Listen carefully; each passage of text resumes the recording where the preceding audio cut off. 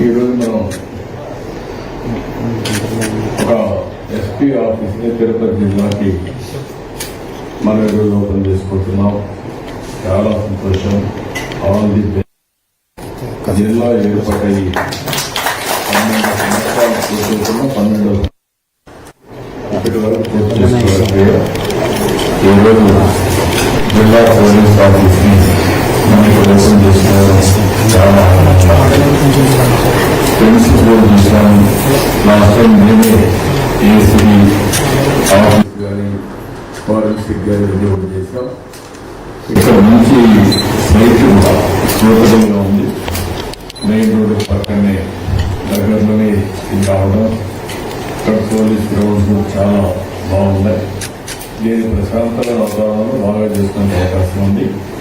ఇలాంటి మంచి ప్లేస్లో అయితే కొంచెం ఆలస్యమైంది అనేక కారణాల వల్ల. దీన్ని ఒక మాటలో చెప్పాలని చాలా తొందరలో మనం వస్తానని అదనంగా డబ్బులు ఇచ్చి ప్రత్యేకంగా శ్రద్ధ పెట్టి మేము పూర్తి చేశాం. ఈ పూర్తి చేయడానికి సహకరించిన పోలీసులకి, మీ ఎస్పీ గారికి, డీజీపీ గారికి, అదే హోమ్ మినిస్టర్ గారికి మనస్ఫూర్తిగా అయితే ప్రపంచంలోనే అతిపెద్ద తిరుపతి అనగానే ప్రపంచంలో ఉండే భక్తులందరూ గుర్తొస్తుంది. జీవితాశ్రయం ప్రతి ఒక్కరు కూడా కలియుగ వైకుంఠ దైవం వెంకటేశ్వర స్వామిని చూడాలని కోరుకుంటున్నారు.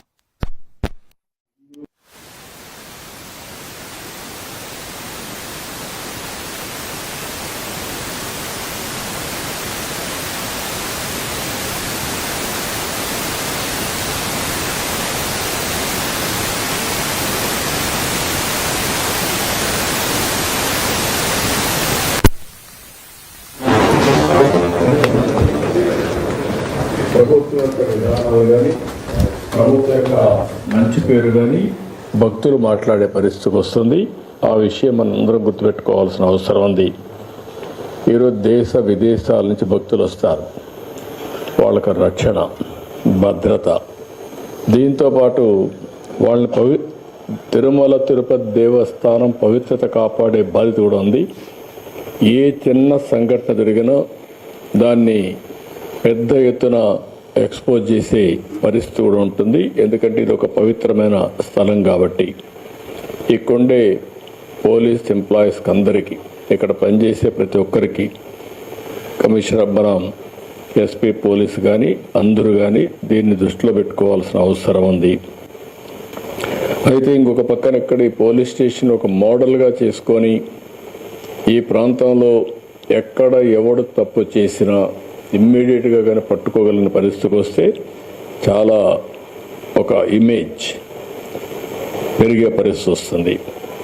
పోలీసులు ఒకటే గుర్తుపెట్టుకోవాలని చాలా స్పష్టంగా చెప్పాను.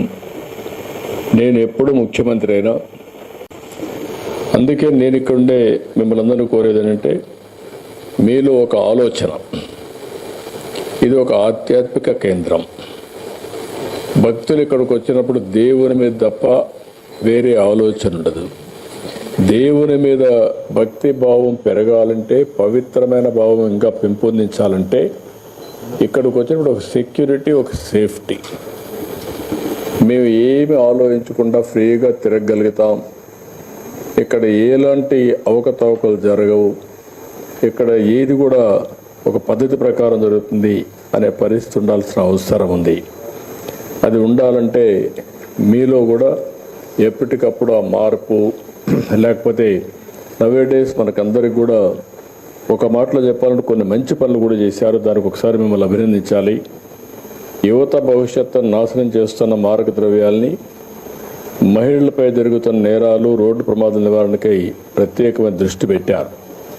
762 కిలోల గంజాయిని స్వాధీనం చేసుకుని స్మగ్లర్స్ యొక్క సప్లై చైన్ అరికట్టారు. 179 మందిని అరెస్ట్ చేశారు. స్మగ్లర్స్పై ఎన్డీపీఎస్ చట్టంతో పాటు పీడీ యాక్ట్ కూడా పెట్టి జైలు పంపించారు. This is the biggest break through. మనస్ఫూర్తిగా అభినందనలు. గంజాయి విక్రేతల్ని రవాణా చేసేవారిపైన కూడా 296 మంది పైన ఏదైతే సస్పెక్ట్ షీట్ తెరిచి వారిపై నిఘా కూడా పెట్టారు. ఎర్ర చందనం స్మగ్లర్స్ అరికట్టడానికి బాగా గట్టిగా పనిచేస్తున్నారు. జిల్లా వ్యాప్తంగా గ్రామాల్లో 786 డ్రగ్స్ అబ్యూస్ ప్రివెన్షన్ కమిటీ ఏర్పాటు చేసి వాళ్ళలో కూడా అవేర్నెస్ తీసుకొస్తున్నారు. దీన్ని కూడా మనస్ఫూర్తిగా మనం ఇటీవల ఒక మంచి కార్యక్రమం తీసుకున్న నో హెల్మెట్ నో పెట్రోల్ బాగా పాజిటివ్ మంచి ఇంపాక్ట్ వస్తుంది. నేను ఒకటే మీ అందరూ కోరుతున్నాను.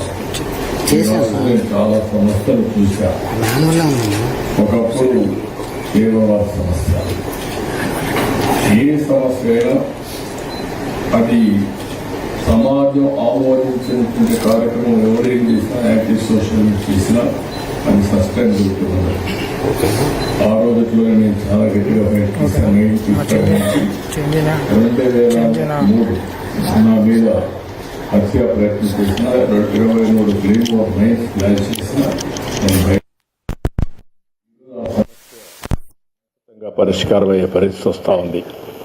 అంటే మనం గుర్తుపెట్టుకోవాల్సింది ఏదైనా సరే సమాజ హితం కోసం కాకుండా, రాజ్యాంగ పరంగా కాకుండా చట్ట వ్యతిరేక కార్యక్రమాలు ఏవి కూడా సస్టైన్ కావు. రాయలసీమలో ఒకప్పుడు పెద్ద ఎత్తున ముఠా కక్షలు ఉండేటివి. ఒకరినొకరు చంపుకునేవాళ్ళు, ఆధిపత్యం కోసం పోరాడారు.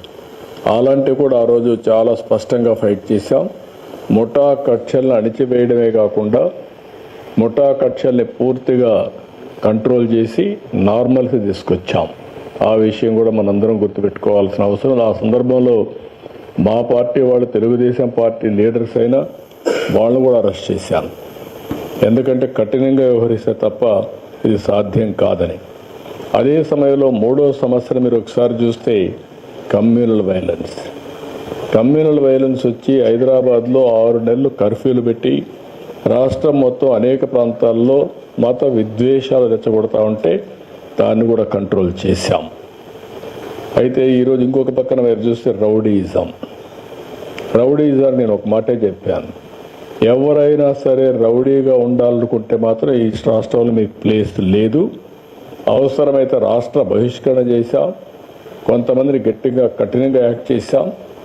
దాంతో రౌడీలు అనేవాళ్ళు కూడా ఎక్కడా లేకుండా పోయే పరిస్థితులు. ఒకప్పుడైతే గల్లీకి ఒక రౌడీ, వీధికి ఒక రౌడీ కూడా తయారై పెద్ద ఎత్తున సెటిల్మెంట్ వీళ్ళే, భూ కబ్జాలు వీళ్ళే, ఊర్లో పెత్తనం వీళ్ళే, వీళ్ళు ఇష్ట ప్రకారం చేస్తే అవన్నీ కంట్రోల్ చేశాం.